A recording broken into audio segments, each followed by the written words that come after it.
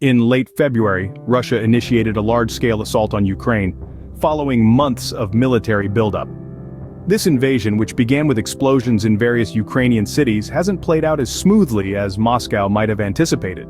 The majority of the fighting has now moved to eastern Ukraine, following failed Russian advances into the central region.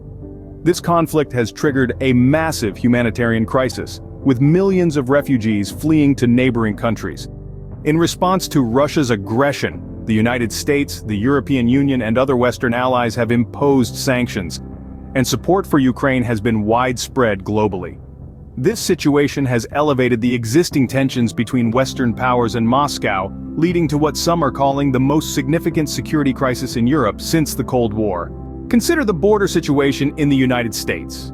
With people from countries with national security concerns attempting to enter, the line between immigration and invasion starts to blur. And with the Border Patrol overwhelmed, there's a lot that remains unknown about those who are crossing the border. The concern isn't just about the numbers, but the possible connections these individuals might have.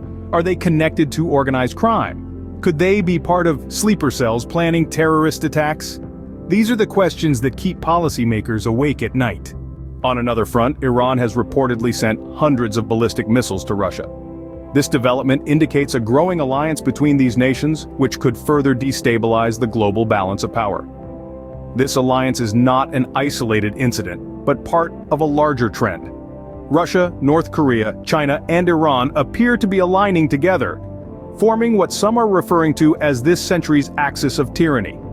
In the face of Western sanctions, Russia is turning to these nations for support, relying on China for hydrocarbon exports, Iran for drones and missiles, and North Korea for artillery. This strategic maneuvering suggests that the sanctions imposed by the Biden administration are unlikely to deter Putin's aggressive actions. In summary, the current geopolitical landscape is a complex web of shifting alliances, escalating conflicts, and mounting tensions. From the conflict in Ukraine to the border situation in the United States, to the growing alliance between Russia, China, Iran, and North Korea, the global balance of power is in a state of flux. As we navigate these uncertain times, one thing is clear: understanding these complexities is more crucial than ever.